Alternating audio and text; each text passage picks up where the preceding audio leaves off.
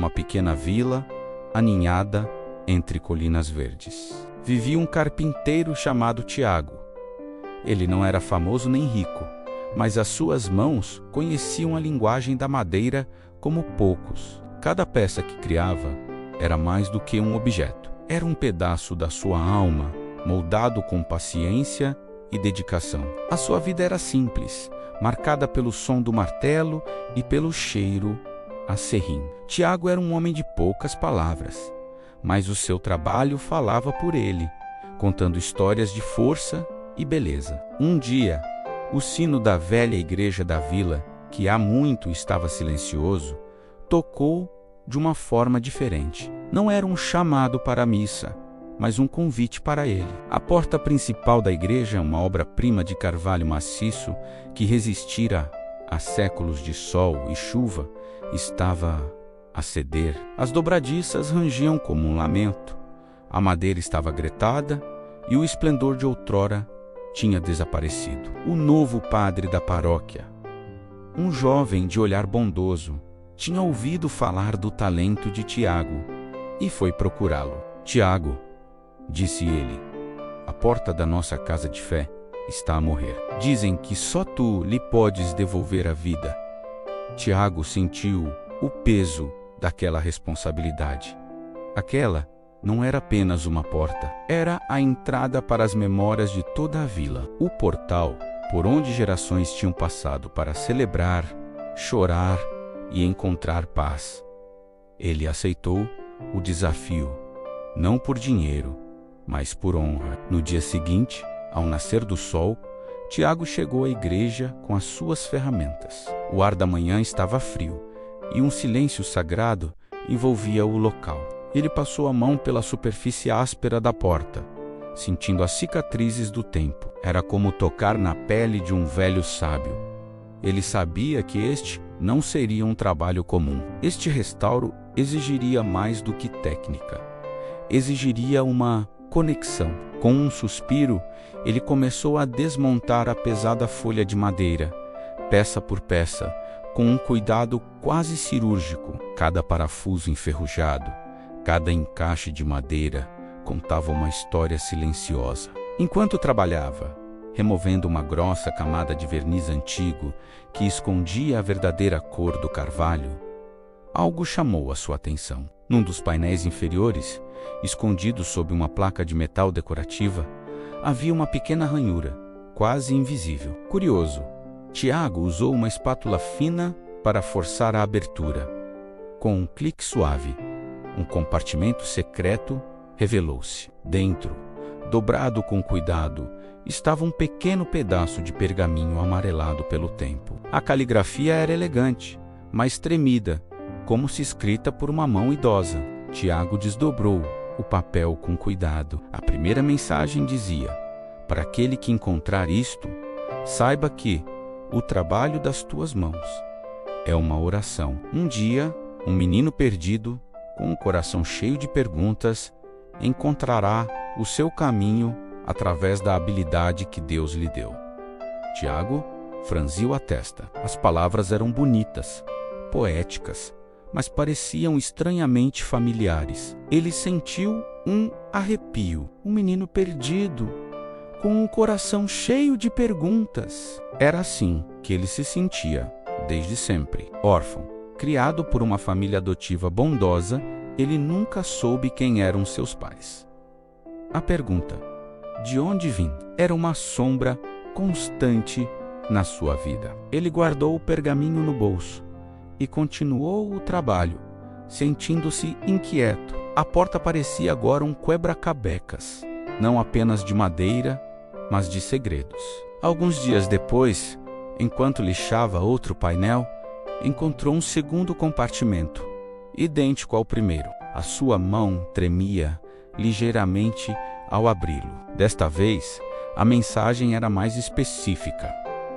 A solidão será a tua professora. Ela vai ensinar-te a ouvir a madeira, a ouvir o silêncio. No eco da tua oficina, encontrarás a tua voz, não em palavras, mas em criação.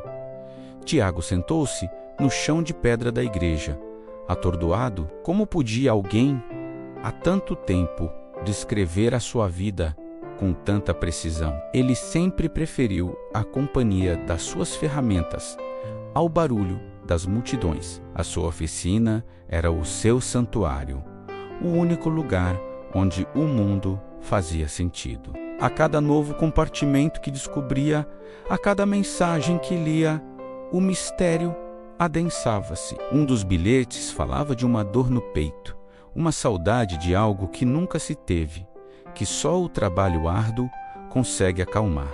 Tiago lembrou-se das noites insones, da angústia sem nome que por vezes o assolava, e de como só se sentia em paz quando estava exausto depois de um longo dia de trabalho. Outra mensagem previa: chegará um dia em que serás chamado a reparar algo muito antigo, muito importante. Não hesites. Nesse trabalho encontrarás não só a tua obra-prima, mas a ti mesmo.